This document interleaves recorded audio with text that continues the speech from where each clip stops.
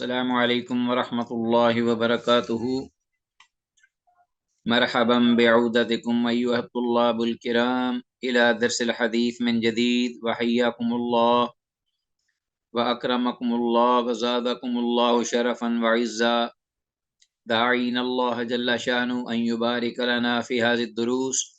وان یسهل علینا هذه العلوم۔ رب زدنی علما، رب اشرح لی صدری ویسر لی امری واحلل عقدۃ من لسانی یفقہوا قولی۔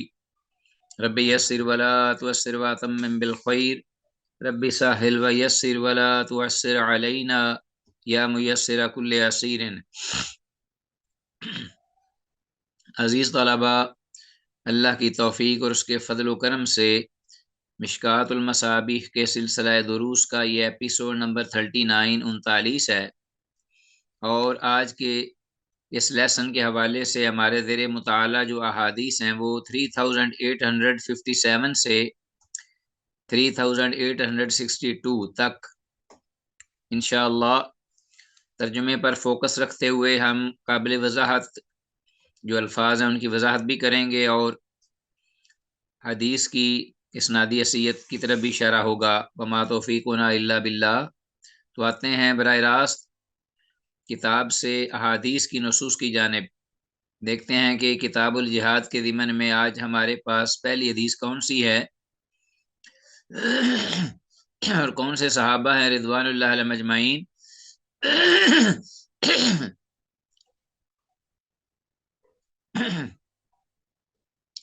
کون سے صحابہ رضوان اللہ علیہم اجمعین ہیں جن سے یہ حدیث آج کی مروی ہے۔ تو دیکھتے ہیں، سب سے پہلے میں آپ سے یہ حدیث شیئر کرتا ہوں، کتاب الجہاد کی حدیث آج کے درس کی پہلی 3857۔ وعن علی وعن ابی درداء وابی ہریرۃ وابی امامۃ وعبد اللہ بن عمر وعبد اللہ بن عمر وجابر بن عبد اللہ وعمران بن حسین رضی اللہ عنہم اجمعین اقطعین۔ یہ سارے صحابہ کم و بیش یہ صحابہ 1 2 3 4 5 6 7 8 صحابہ اکرام سب اجلاء صحابہ ہیں رضوان اللہ علیہم اجمعین اقطعین۔ سب یہ یحدثو، سب کے سب بیان کرتے ہیں عن رسول اللہ صلی اللہ علیہ وسلم سے یہ حدیث، انہ قال، کہ آپ صلی اللہ علیہ وسلم نے فرمایا، من ارسل نفقتن، کہ جس شخص نے بھی بھیجا خرچ فی سبیل اللہ، اللہ کی راہ میں، مجاہدین کے لیے، جہاد کے لیے جو بھی خرچ اخراجات، جو کہ ویپن، اسلحہ یا کھانے پینے کا یا حفاظت کا، کوئی بھی جس کا استعمال ہوتا ہے جہاد میں، وہ بھیجا سامان اللہ کی راہ میں فی سبیل اللہ، واقام فی بیتہ، اور از خود وہ اپنے گھر میں بیٹھا رہا، فَلَهُ بِكُلِّ دِرْهَمٍ 700 درہم، تو اس کے لیے جو اجر ہوگا وہ ہر ایک درہم کے بدلے 700 درہم کے برابر ہوگا، گویا کہ الی 700 ضعف، جیسا کہ احادیث میں آتا ہے کہ اللہ تعالیٰ ایک نیکی کو اتنا زیادہ بڑھاتے ہیں 10 سے لے کر۔ تو ومن غزا بنفسہ فی سبیل اللہ، اور جس شخص نے جہاد کیا اپنی جان کے ساتھ اللہ کی راہ میں فی سبیل اللہ، یعنی خود بھی نکلا اور مال بھی لیا ساتھ اپنے، وانفق فی وجہہ ذالک، اور اسی مد میں یعنی جہاد کی مد میں وہ اس نے خرچ بھی کیا اپنی صلاحیت کے مطابق، فَلَهُ بِكُلِّ درہم، تو اب اس کا جو اجر بڑھ جائے گا، پہلے تو ہر درہم کے بدلے 700 درہم جو تھا وہ اجر تھا، اور اب فَلَهُ بِكُلِّ درہم، اب اس کے لیے ایک درہم کے بدلے 700,000 درہم، 7 لاکھ دراہم کا اجر ہوگا۔ اللہ اکبر۔ ثم تلا هذه الآیۃ، پھر آپ صلی اللہ علیہ وسلم نے یہ آیت مبارکہ تلاوت فرمائی، واللہ یضاعف لمن یشاء، اور اللہ جتنا چاہتا ہے بڑھاتا ہے جس کے لیے چاہتا ہے، واللہ یضاعف، اور اللہ بڑھاتا ہے لمن یشاء جس کے لیے چاہے، واللہ واسع علیم، اور اللہ وسعت والا اور جاننے والا ہے۔ رواه ابن ماجہ، سے امام ابن ماجہ نے روایت کی اس روایت کو، حدیث کو۔ تو اس حدیث کی سند جو ہے عزیز طلبہ یہ ضعیف ہے، اس لیے کہ اس کی سند میں راوی الخلیل بن عبداللہ کے بارے میں یہ معلوم نہیں ہو سکا، یعنی لا یعرف، معلوم نہیں ہو سکا کہ وہ کون ہے۔ نیز اس میں اور علتیں بھی موجود ہیں جو اس حدیث کے ضعف کا سبب ہیں۔ ایک تو یہ راوی الخلیل بن عبداللہ ہے جو غیر معروف ہے، اور اسی طرح حدیث کے الفاظ جو بکل درہم سب میت درہم کا ترجمہ ہے سب میت الف درہم، یہ اس کا ہوگا سب میت الف درہم کا ترجمہ ہوگا کہ ہر درہم کے بدلے 7 لاکھ درہم اس کا اجر ہوگا، جب آدمی اپنے آپ کو بھی اور اپنے مال کو بھی لے کر رائے حق میں کلمات اللہ کی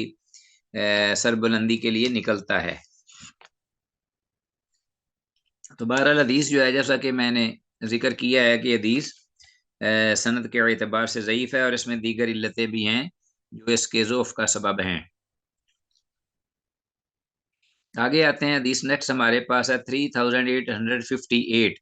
وان فضالہ بن عبید، فضالہ بن عبید رضی اللہ تعالیٰ عنہ سے یہ روایت ہے، قول وہ کہتے ہیں سمعت عمر بن الخطاب رضی اللہ عنہ یقول، میں نے سنا عمر بن خطاب رضی اللہ تعالیٰ عنہ کو یہ کہتے ہوئے کہ سمعت رسول اللہ صلی اللہ علیہ وسلم یقول، کہ میں نے سنا رسول اللہ صلی اللہ علیہ وسلم کو یہ فرماتے ہوئے کہ شہداء اربعۃ، کہ جو شہداء ہیں راہ حق کے وہ 4 شہداء ہیں، 4 قسم کے۔ شہید کی جمع شہداء، الشہید کی جمع الشہداء، 4 قسم کے ہیں۔ رجل مؤمن، ایک وہ مومن جید الایمان، پختہ ایمان والا، ثابت اور سچے سچے ایمان والا، رجل مومن جید الایمان، لقی العدو، جو کہ ملے ملاقات کرے ٹکرائے دشمن سے، فصدق اللہ حتی قتلا، تو وہ اللہ کے ساتھ جو عہد ہے اپنا جہاد کا اس کو وہ سچ ثابت کرے، اللہ کے ساتھ جو اس نے عہد کیا ہے جہاد کرنے کا تو وہ اپنے اس عمل کے ذریعے اس کو سچ کر دکھائے، جہاد کر کے عملی، حتی قتلا، یہاں تک کہ وہ شہید کر دیا جائے۔ تو یہ ٹاپ آف دی لسٹ ہے 4 میں سے۔ فذلک الذی یرفع الناس، تو یہی وہ بلند مرتبہ شہید ہے، یرفع الناس کے لوگ اٹھائیں گے الیہ اس کی جانب، اعینہم اپنی آنکھوں کو، یوم القیامت قیامت کے دن۔ جیسے آدمی بہت ہی لوگ جو ہیں جب ایک آدمی کو یا ایک کے سلسلے میں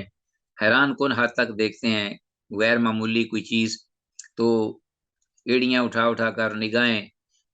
کھول کھول کے دیکھتے ہیں اس کی طرف متوجہ ہو کر، تو اس طرح لوگ اس کی طرف توجہ کر کے قیامت کے دن دیکھیں گے کہ یہ کون ہے اتنے مرتبے والا۔ ہاں کذا ورفع راسہ، اس طرح یعنی جو حدیث بیان کر رہے ہیں وہ انہوں نے باقاعدہ اٹھا کر اپنا سر جو ہے وہ یا آنکھیں، یعنی ورفع راسہ، اور انہوں نے اپنا سر اٹھایا بیان کرتے ہوئے حدیث، حتی سقطت قلنسوۃہ، یہاں تک کہ گر گئی ان کی ٹوپی جو کہ انہوں نے پہنی ہوئی تھی۔ فما ادری، تو فضلہ بن عبید جو ہیں یہ یعنی جو راوی ہیں وہ کہتے ہیں کہ مجھے معلوم نہیں قلنسوۃ عمر اراد ام قلنسوۃ النبی۔ ہاں، تو فضلہ سے جو بیان کر رہے ہیں راوی سے رضی اللہ تعالیٰ عنہ سے، وہ کہہ رہے ہیں کہ مجھے پتہ نہیں کہ اب فضالہ بن عبید جو ہیں وہ بیان کرتے ہوئے مراد عمر رضی اللہ تعالیٰ عنہ کی ٹوپی لے رہے ہیں یا کہ رسول اللہ صلی اللہ علیہ وسلم کی. دیکھیے ذرا علمی امانت کیا ہے روات کی، جو راوی حدیث کے راوی ہیں کس طرح وہ محتاط ہیں حدیث کو بیان کرنے میں. تو فضالہ بن عبید کے جو شاگرد ہیں وہ یہ بیان کرتے ہوئے کہتے ہیں کہ مجھے معلوم نہیں کہ فضالہ بن عبید رضی اللہ عنہ نے حدیث بیان کرتے ہوئے یہ ٹوپی کے گرنے کا معاملہ عمر بن خطاب سے مراد لیا ہے یا کہ رسول اللہ صلی اللہ علیہ وسلم کی ٹوپی جو ہے وہ مراد ہے. فما ادری اقلن صبح تو عمرہ ارودا، میں نہیں جانتا کہ کیا عمر رضی اللہ عنہ کی ٹوپی انہوں نے مراد لیا ہے ام کلن صبح النبی صلی اللہ علیہ وسلم، یا اللہ کے نبی صلی اللہ علیہ وسلم کی ٹوپی. جی ٹھیک ہے جی. قالا، پھر آپ صلی اللہ علیہ وسلم نے فرمایا وراجل، یہ تو ایک ہوا نا پہلا ٹاپ آف دی لسٹ شہید جو ہے سر فہرست سب سے پہلا نمبر والا چاروں میں سے. وراجل، اور دوسرا مومن، وہ مومن آدمی جید الایمان جو کہ پختہ ایمان والا، اچھے ایمان والا، عمدہ ایمان والا. لاقی العدو، جو کہ دشمن سے ملاقات کرے، ملے ٹکرائے لڑائی کے لیے. کانما دوربا جلد ہو، تو ایسے وہ گمان کرے گویا کہ کانما یعنی دشمن کو دیکھ کر یا اس دشمن کے ساتھ مد مقابل ہو کر دیکھے جب، تو کانما کو محسوس کرے گویا کہ دوربا جلد ہو کہ اس کی جلد کو مارا گیا ہے بے شو کے طلحن، یہ کانٹے دار درخت کے کانٹے سے، من الجبن بزدلی کی وجہ سے. ہاں جی، ایمان کامل ہے، بالکل اچھا ایمان ہے، عقیدہ بھی بہت پختہ ہے، لیکن یہ ہے کہ جب دشمن کے مد مقابل ہوا تو ایک دم اس پر خوف ستاری ہوا. لیکن اس کے باوجود خوف کے یعنی گویا کہ محسوس یہ ہو رہا ہے اس کی دورے با جلد ہو بے شوق طلحن، گویا کہ اس حد تک اس کا جسم کے کپ کپانے کی طرف اشارہ ہے یا لرزنے کی طرف یا خوف کھانے کی طرف، کہ گویا کہ اس کے جسم میں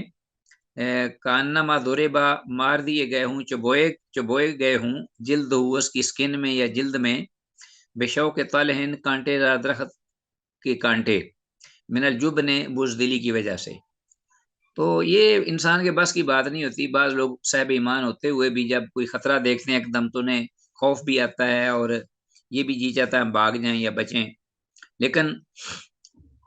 عطاہ سہم غرب فقتلہ،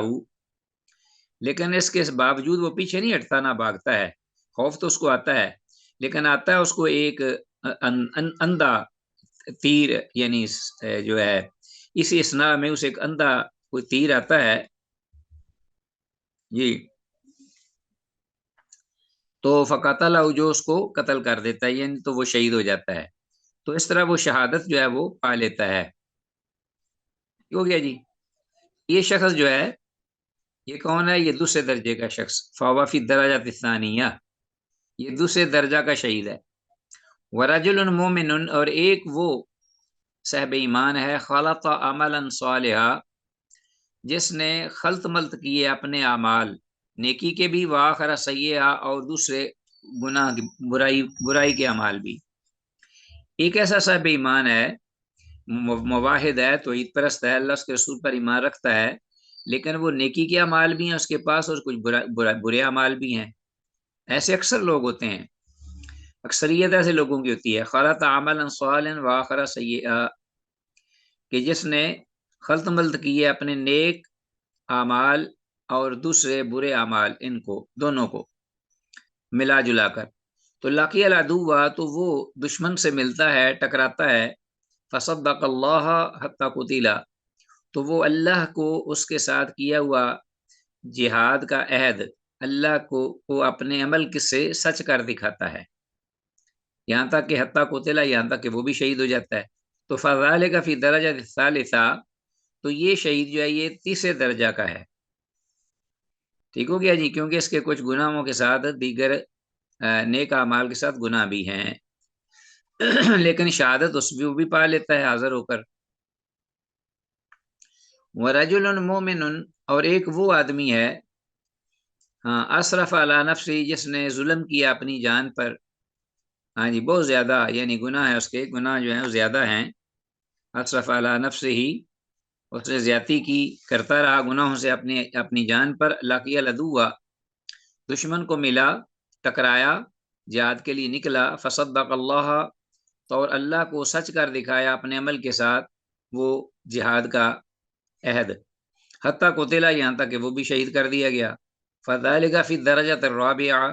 تو یہ شہید جو ہے یہ چوتھے درجہ کا ہے۔ تو باقی حدیث کلیئر ہے کہ یہ درجات کیوں ہوئے اور کس بنا پر ان میں فرق پڑا،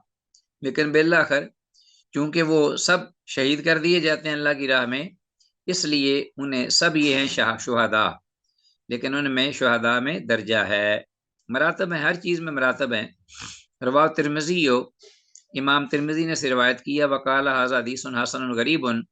اور امام ترمذی رحمہ اللہ نے یہ اپنی تحقیق پیش کی اس حدیث کے بارے میں کہ یہ حدیث جو ہے حسن غریب، حسن بھی ہے غریب بھی ہے۔ تو اہل علم کی جو تحقیق ہے اس کے مطابق اس حدیث کی اسناد واقعی ضعیف ہے، یعنی سند ضعیف ہے، اور اس کی سند میں راوی ابو یزید الخولانی، ابو یزید الخولانی مجہول الحال، یعنی جس کے حالات کا علم نہیں، مجہول راوی ہے جی، غیر معروف، تو اس بنا پر یہ حدیث جو ہے ضعیف ہو گئی۔ اور حدیث میں مذکور لفظ کلن صبح، کلن صبح کو انڈر لائن کیجیے، اس کا معنی ہے ٹوپی سر پہ پہننے والی۔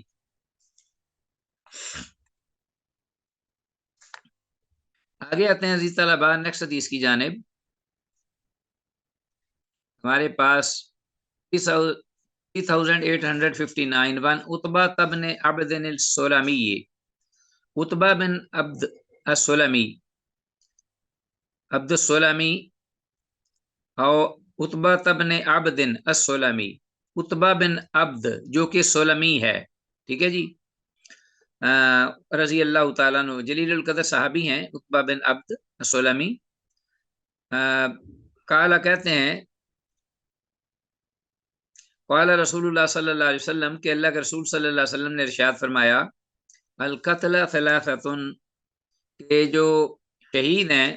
اللہ کی راہ میں قتل ہونے والے وہ تین قسموں میں منقسم ہے، تین قسموں میں، یعنی ان کے تین درجے ہیں۔ ہاں جی، مومن پہلا کون سا ہے؟ جو کہ سب سے پہلا ہے، مومن جاہد بنفسہ، جس نے جہاد کیا اپنی جان کے ساتھ، ومالہ، اور اپنے مال کے ساتھ، فی سبیل اللہ،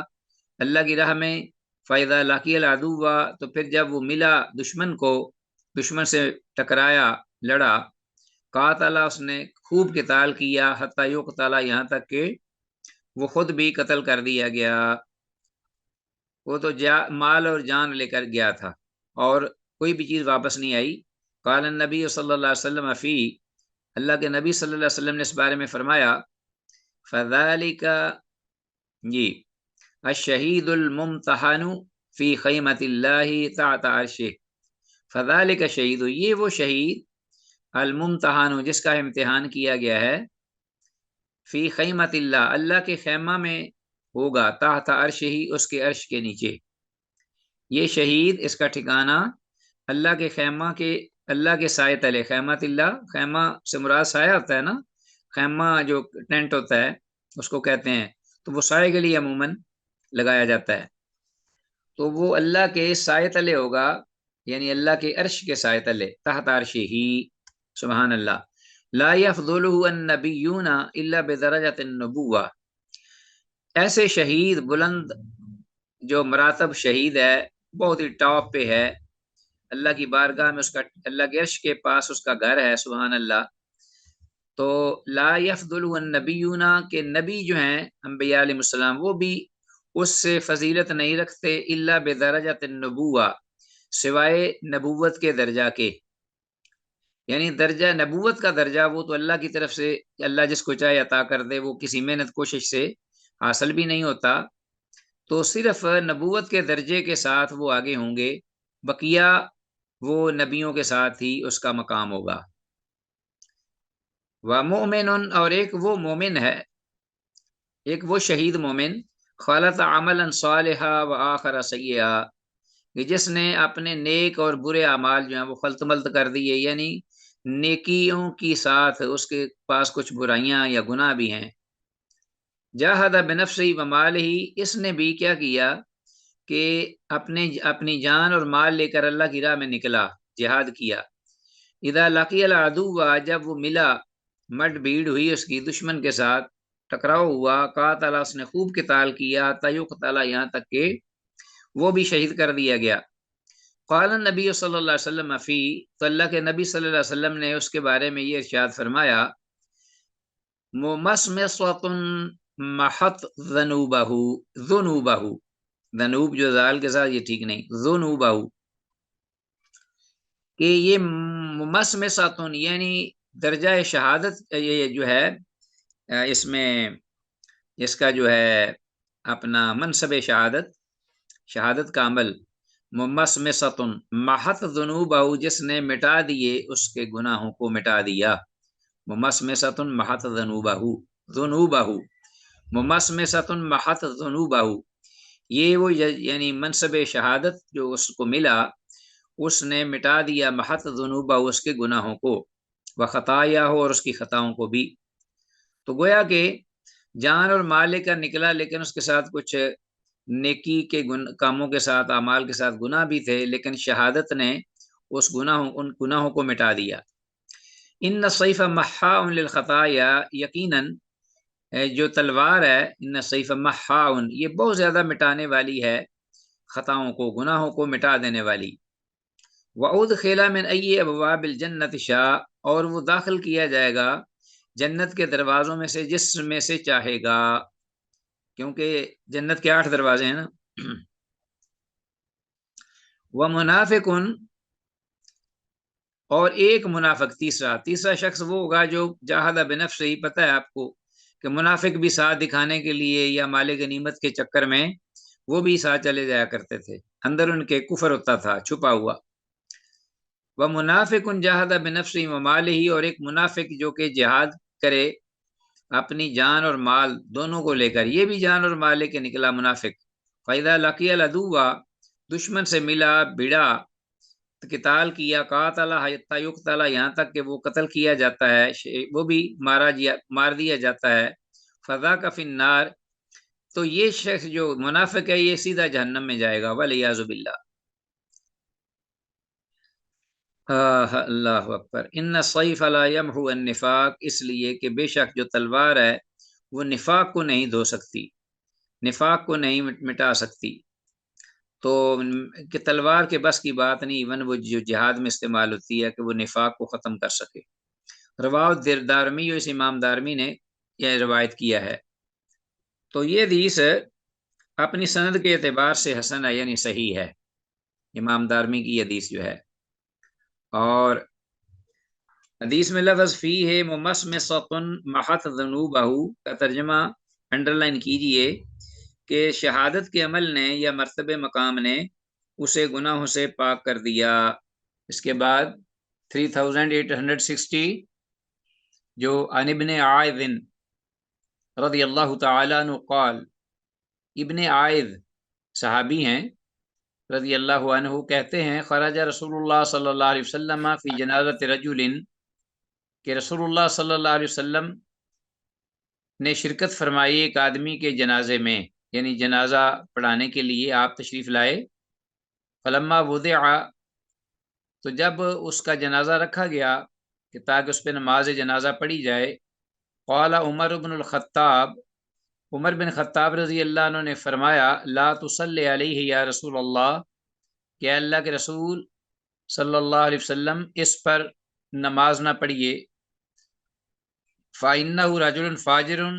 بے شک یہ آدمی گناہ گار ہے، گناہ گار آدمی یعنی فاسق فاجر جسے کہتے ہیں، فسق و فجور کا مرتکب تھا۔ فَالْتَفَتَ رسول اللہ صلی اللہ علیہ وسلم إِلَى النَّاسِ، تب اللہ کے رسول صلی اللہ علیہ وسلم نے توجہ فرمائی لوگوں کی جانب، بقیہ لوگوں کی جانب متوجہ ہوئے، فقال، تو فرمانے لگے، هل رآه أحد منكم، کہ تم میں سے کسی ایک نے کیا اس کو دیکھا ہے، علی عمل الاسلام، اسلام کے کسی بھی عمل پر، کوئی بھی اسلام کا عمل کرتے ہوئے کسی نے تم میں سے اس کو پایا ہے، دیکھا ہے۔ فقال رجل، تو ایک آدمی کہنے لگا، نعم یا رسول اللہ، ہاں اللہ کے رسول صلی اللہ علیہ وسلم، حرس لیلۃ فی سبیل اللہ، اس نے ایک پوری رات اللہ کی راہ میں چوکی داری کی، حراسہ جسے کہتے ہیں، نگرانی دشمن سے۔ فصلی علیہ رسول اللہ صلی اللہ علیہ وسلم، تب اللہ کے رسول صلی اللہ علیہ وسلم نے اس کی نماز جنازہ پڑھی۔ وحثا علیہ التراب، اور اس کی قبر پر مٹی جب ڈالی جانے لگی تو آپ نے اس کی قبر پر مٹی بھی ڈالی۔ وقال، اور فرمایا، اصحابک یظنون انک من اہل النار، آپ نے یہ فرمایا اس کو مخاطب ہو کر کہ تیرے ساتھی جو ہیں وہ تو یہ گمان کر رہے تھے کہ انک من اہل النار، کہ تو اہل جہنم میں سے ہے، وانا اشہد انک من اہل الجنہ، اور میں یہ گواہی دیتا ہوں کہ بے شک تو اہل جنت میں سے ہے۔ وقال، اور پھر آپ نے فرمایا، یا عمر، و اے عمر رضی اللہ عنہ، انک لا تسأل عن اعمال الناس، بے شک لوگوں کے عملوں کے بارے میں تم نہیں پوچھے جاؤ گے اللہ کی بارگاہ میں، ولکن تسأل عن الفطرہ، اور لیکن تم پوچھے جاؤ گے دین فطرت کے بارے میں، دین فطرت یعنی اسلام کے بارے میں۔ رواہ البیہقی فی شعب الایمان، امام بہقی نے شعب الایمان میں اس کو روایت کیا ہے، 3860 حدیث۔ تو یہ عزیز طلبہ جیسا کہ کلیئر ہے اس کا مفہوم، جو بھی ترجمہ ہے، بعض اہل علم نے اس کی اسناد کو ضعیف قرار دیا ہے، جبکہ دیگر بعض اہل تحقیق کا کہنا ہے کہ یہ روایت مرسل تو ہے، مگر امام الطبرانی رحمہ اللہ کی ایک روایت سے اسے تقویت مل جاتی ہے۔ واللہ اعلم بالصواب۔ حدیث کے الفاظ، حل رعاو احد منکم علی عمل الاسلام، آپ صلی اللہ علیہ وسلم کا بقیہ لوگوں کی طرف متوجہ ہو کر یہ فرمانا کہ کیا تم میں سے کسی ایک نے اسے اسلام کے کسی عمل پر دیکھا ہے؟ تو اس سے مراد عزیز طلبہ یہ ہے کہ یعنی آپ یہ مراد لے رہے تھے کہ کسی ایسے کام پر جو اس کے واقعی مسلمان ہونے پر دلالت کرے۔ تو حدیث میں سیدنا عمر رضی اللہ تعالیٰ عنہ کو مردوں کی برائی کرنے سے خبردار کیا گیا ہے، اور اس بات کی جانب بھی رہنمائی فرمائی گئی کہ جو چلے جاتے ہیں دنیا سے، فوت ہو جاتے ہیں، ان کی برائیوں کی بجائے ان کی نیکیاں بیان کرنی چاہیے۔ تو اگر کوئی معامل اس کا دیکھا بھی ہو، اس کی زندگی میں کوئی نافرمانی کا یا کوئی غلط کام، تو اس کو اس طرح سے اس کا لوگوں کے سامنے دار نہیں کرنا چاہیے، بلکہ اس کی جو اچھائیاں بھی تو ہوں گی، خوبیوں کا ہی ذکر لوگوں کو چاہیے کرنا، اس لیے کہ ہر شخص نے اس راہ سے آنا ہے، گزرنا ہے، اور ہر ایک شخص جو ہے اس کے بارے میں لوگوں کے جو ریمارکس ہیں وہ پازیٹیو۔ ہاں جی، تو عزیز طلبہ یہ حدیث جو ہم نے پڑھی تو اس بات کی رہنمائی ہے اس حدیث میں کہ جو بھی ہمارے کوئی بھائی بہن اس دنیا سے عزیز، اقربا، دوست، احباب چلے جائیں تو ان کے بارے میں اچھی ہی بات کرنی چاہیے، اگر کوئی نقص عیب ہو بھی، کیونکہ کوئی بھی نقص اور عیب سے منزہ اور مبرہ نہیں، کوئی بھی معصوم نہیں ہے۔ تو چونکہ ہر ایک نے طرح سے گزرنا ہے، تو اللہ پاک بھی یہی چاہتے ہیں کہ میرے بندوں کے بارے میں آپ اس کی اچھی خوبیاں اور صفات جو ہیں وہ بیان کریں۔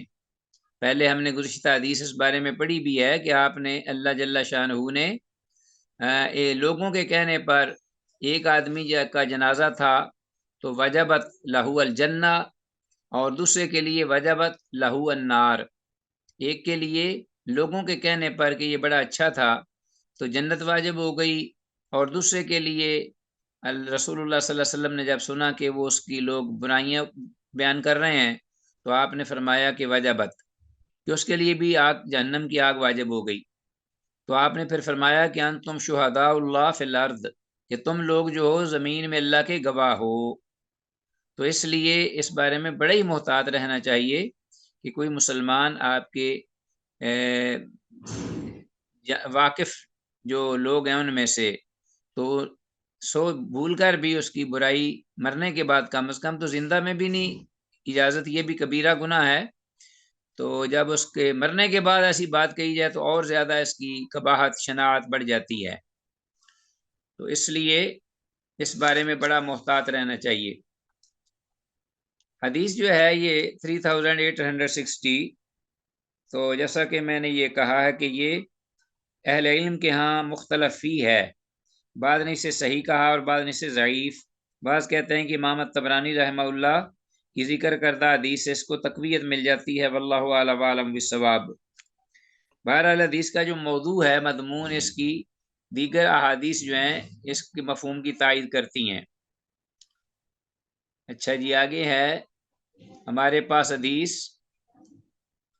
جو کہ ایک نئے باب کے ضمن میں آ رہی ہے، اور کتاب الجہاد کے ہی سلسلے میں نیا باب آیا ہے، باب اعداد آلت الجہاد،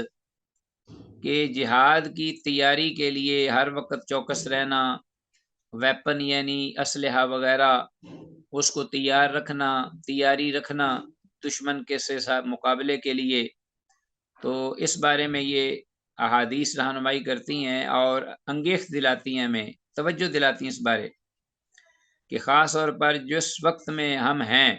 اس وقت میں استعمال ہونے والا جو اسلحہ ہے اس بارے میں جہاں تک ممکن ہو سکے دشمنوں کے خلاف، کفار کے خلاف جہاد کے لیے آدمی ہر وقت سر بکف رہے۔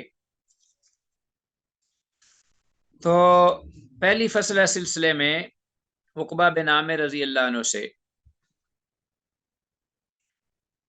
3861 عن عقبہ بن عامر رضی اللہ تعالیٰ عنہ قال سمعت رسول اللہ صلی اللہ علیہ وسلم وهو علی المنبر۔ عقبہ بن عامر رضی اللہ عنہ سے یہ روایت مروی ہے، وہ کہتے ہیں کہ میں نے رسول اللہ صلی اللہ علیہ وسلم کو سنا یہ فرماتے ہوئے اس حال میں کہ وهو علی المنبر، کہ وہ آپ اپنے منبر پر تشریف فرما تھے،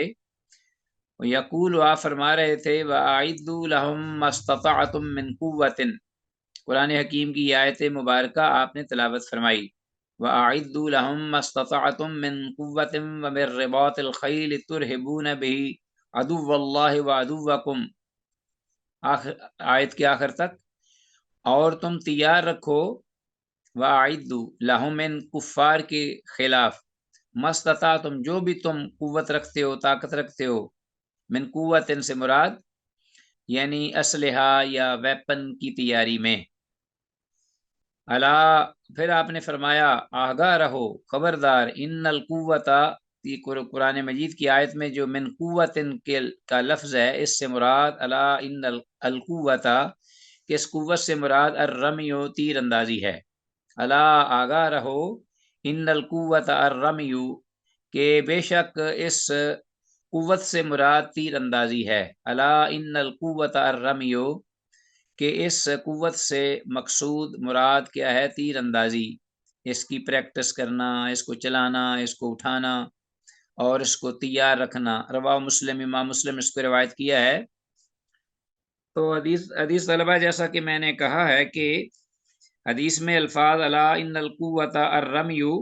کا مطلب کہ آگاہ رہو کی قوت تیر اندازی ہے۔ اس وقت چونکہ آپ صلی اللہ علیہ وسلم کے عہد میں جو سب سے زیادہ مؤثر ہتھیار تھا دور نشانے لگانے کے لیے، وہ جیسا کہ آج کل ہمارے پاس یہ ویپن ہے بارودی، کلاشنکوف وغیرہ یا دیگر اسلحہ، دشمن کو جو دور سے مارتا ہے۔ آج کل تو اتنا اس حد تک یہ نکل گیا معاملہ کہ جو میزائل ہیں وہ ہزاروں کلومیٹر کا فاصلہ طے کر کے اپنے ٹارگٹ کو جو آپ پہنچتے ہیں، تو بہرحال وہ بھی اسی میں آتے ہیں، اسی ذیل میں الرمیو۔ تیر اندازی پر ہر قسم کی جنگی تیاری کو قیاس کرنا ہوگا، جس دور میں کہ جو آدمی ہے وہ وہی اسلحہ بنائے اور وہ تیر اندازی مراد ہوگی۔ اور دلیل ہے اس بات کی اس حدیث میں کہ کفار کے لیے ہمیشہ اپنی طاقت کو بڑھانے میں لگے رہنا چاہیے، خواہ جنگ نہ بھی ہو، کیونکہ کسی کو معلوم نہیں کہ کب دشمن حملہ آور ہو جائے۔ ٹھیک ہو گیا جی؟ تو عام طور پر جیسا کہ یہ سپتمبر کی جو 6 ستمبر کو جو جنگ ہوئی تھی پاک و ہند، پاک بھارت کی، تو آپ کو علم ہوگا کہ یہ سوئے ہوئے تھے لوگ، اور رات کے چپکے میں اس بزدل دشمن نے لاہور کی اس واگا بارڈر سے اپنا حملہ کیا اور اس حد تک وہ خوفناک عملہ اور تیز تھا کہ دشمن نے پوری تیاری کی ہوئی تھی کہ ہم نے جو اپنا لنچ ہے وہ ہم نے کرنا ہے اس کا کہ بریک فاسٹ، مجھے یہ پورا یاد نہیں، ہاں دوپہر کا کھانا جو ہے وہ ہم جو ہے وہ باغ میں کریں گے، یہ جو اپنا ہے ہمارے لاہور میں بڑا، تو یہ جو سیرگاہ بنی ہوئی ہے اب، وہ گوال منڈی شاید، جی گوال منڈی شاید وہ جو، ہاں جی گوال منڈی میں کون ہے بڑا، کون سا باغ ہے بڑا؟ گوال منڈی میں نہیں گوال منڈی میں ہے یا یہ ادھر ہے وہ اپنا جو نہر جاتی ہے شالامار باغ، جی شالامار باغ میں، شالامار باغ، شالیمار باغ، شالیمار باغ میں انہوں نے باقاعدہ یہ پوری تیاری کی ہوئی تھی کہ ہم نے وہاں کا جو ہے اپنا اس کو فتح کر کے تو لاہور کو قبضے میں کر کے ہم نے اس میں ہم نے دوپہر کا کھانا کھانا ہے۔ جس طرح آپ نے شاید دیکھا ہوگا کہ ماشاءاللہ طالبان نے افغانستان میں وہ جو بڑا پیلس تھا نا دوستم کا، اس پر قبضہ کر کے تو انہوں نے کھانا کھایا تھا۔ تو دشمن تو اس حد تک، اب دیکھو آج کل بھی صورتحال ایسی بنی ہوئی ہے بڑی خوفناک، شاید ہمیں پتہ نہیں، سیاسی جو حالات خراب ہیں ملک کے، اس میں بالکل سٹیبلٹی نہیں ہے، نہ معاشی اور نہ اپنا اس قسم کی سیاسی عدم استحکام ہے، اور فوجیں بھی جو ہیں وہ بھی، لیکن بڑی خوفناک صورتحال ہے اس کی دشمن کی نقل و حرکت کی اس وقت۔ تو اللہ رحم کرے، فوج الحمدللہ چوکس ہے، اللہ کا شکر ہے، اور ہم سب لوگوں کو چاہیے کہ ہم ہمت بندھائیں، تین چیزیں جو ہیں وہ سٹیبل ہوں تو ملک جو ہے نا وہ ترقی کی راہ پہ ہوتا ہے، اور تینوں میں سے کوئی بھی کم ہو تو اتنا ہی اسی حد تک ملک نیچے جاتا ہے۔ تو اس وقت جو صورتحال ہے ہماری، وہ بس ایک افواج پاکستان ہیں جو کہ اللہ کے شکر ہے کہ وہ مسٹیبل ہیں، باقی جو صورتحال ہے وہ آپ کے سامنے ہے۔ تو اس آرمی اور فوج کے بارے میں بھی ہمیں چاہیے کہ یہ ایک قسم کا اسلحہ ہے اس وقت، یہ جو ہے نا الا ان القوت الرمیو، اس وقت آپ سمجھیں کہ یہ ہماری فوج ہے، اور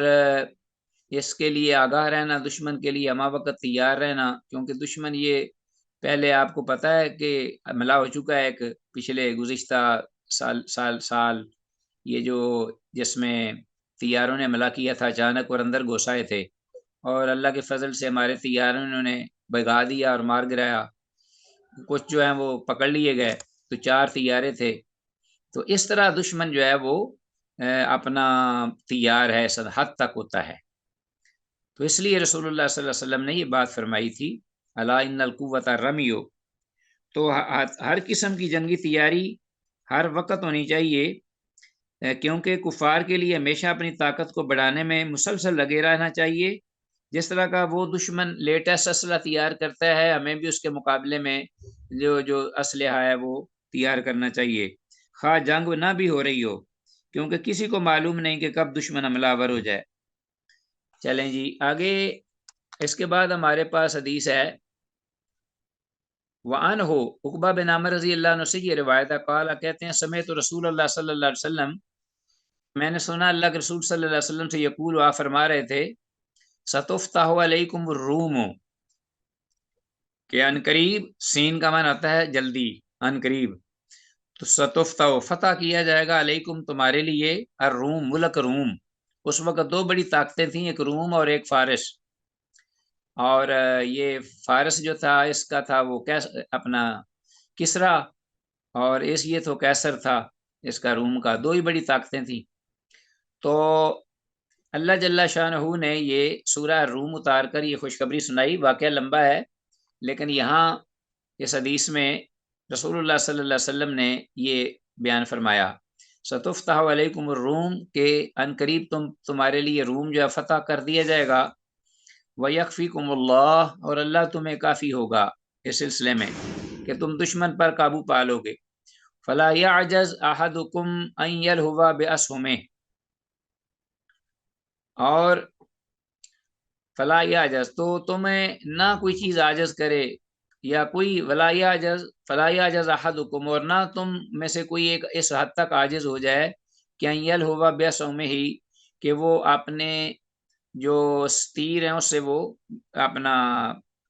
غافل ہو جائے یا سستی میں پڑ جائے. تو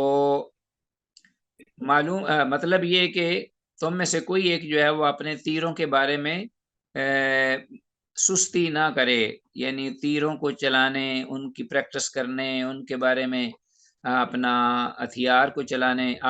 آج کل جو ہتھیار ہے اس کو چلانے اور اس کی پریکٹس جو ہے وہ حاصل کرنے کے بارے میں، پریکٹس کرنے کے بارے میں کہ کیسے ان کا استعمال کیا جاتا ہے اور کیسے بچا جاتا ہے ان سے. یہ ساری چیزیں جو کہ اس سے تعلق رکھتی ہیں. تو تم میں سے کوئی اس حد تک عاجز نہ ہو کہ وہ اپنے تیروں کے ساتھ مشغول رہنے میں سستی کرے. یہ حدیث جو تھی، اب آپ ہماری آج کے آخری یہ سبق سے تعلق تھا اس کا. اور اس میں جو حدیث ہے اس حدیث میں ایک تو غلبت الروم، سورہ روم میں اللہ تعالیٰ نے اس وقت کی خوشخبری دی تھی اہل اسلام کو جب آپ صلی اللہ علیہ وسلم جو ہیں وہ بدر کے مارکے میں مصروف تھے. غلبت الروم فی ادنی الارض وهم من بعد غلبهم سیغلبون. اس وقت کیسر اور کسرا کی آپس میں لڑائی تھی اور کسرا نے کیسر کو بڑی ہی بری شکست دی اور اسے بہت دور تک پہنچا دیا، دارالخلافے سے بھی نکال دیا، کیپٹل سے. تو اس کے بعد مسلمان جو ہیں وہ بھی کچھ مایوس جو ہو گیا کہ عیسائی جو ہیں وہ پٹے ہیں ان سے، مشرکوں کے ہاتھوں، مجوسیوں کے ہاتھوں. تو مسلمانوں کی ہمدردیاں عیسائیوں کے ساتھ تھیں کیونکہ ان کا دین سماوی ہے اور بے شک بنیاد ان کی بت پرستی نہیں تھی. تو بہرحال اللہ تعالیٰ نے پھر یہ سورہ روم اتاری اور مسلمانوں کو خوشخبری دی کہ یہ عنقریب فتح ہو جائے گا. بظاہر حالات ایسے تھے کہ تصور بھی نہیں کیا جا سکتا تھا کہ کیسر جو ہے وہ کسرا پر غالب آ جائے، لیکن قرآن مجید کی یہ جو خبر تھی اس پر رسول اللہ صلی اللہ علیہ وسلم اور ابو جہل انہوں نے آپس میں اس بارے میں بحث بھی ہوئی اور شرائط بھی انہوں نے عائد کی. رسول اللہ صلی اللہ علیہ وسلم نے یہ بیان فرمایا کہ کیسر جو ہے وہ مغلوب ہوگا اور جو روم ہے وہ غالب آئے گا. تو وہ بڑی بدر کے دن جس دن اللہ تعالیٰ نے خوشخبری سنائی اور فتح دی، فرشتوں کی جماعت آئی اتری، بالکل اسی دن ہی اللہ تعالیٰ نے اہل روم کو غالب کیا ان ایرانیوں پر.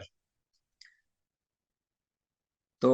وہم من بعد غالبہم سیغلبون کی خوشخبری تھی. تو بہرحال یہ تو بات تھی اس وقت کی.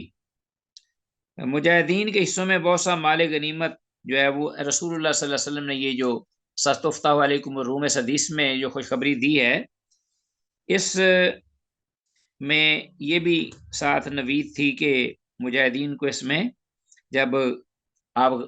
فتح کریں گے روم کو تو آپ کو بڑا مال غنیمت بھی ملے گا، لیکن اس مال غنیمت کے آنے کے بعد کہیں ایسا نہ ہو کہ تم اپنی مال کی کثرت میں پڑھ کر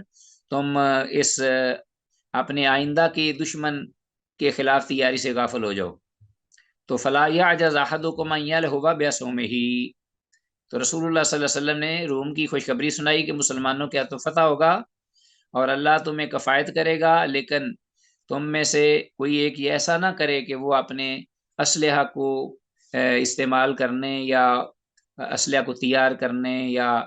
اس کی جو پریکٹس ہے کرنے طریقہ سیکھنے سے غافل ہو جائے. تو عزیز طلباء، اس کے ساتھ ہی آج کا ہمارا یہ لیسن اختتام پذیر ہوا. اللہ کی توفیق سے جو کچھ کہا سنا ہے، دعا ہے کہ اللہ تعالیٰ اس کو سمجھ کر اس پہ عمل کی توفیق دے. ھذا ما عندی واللہ اعلم بالصواب.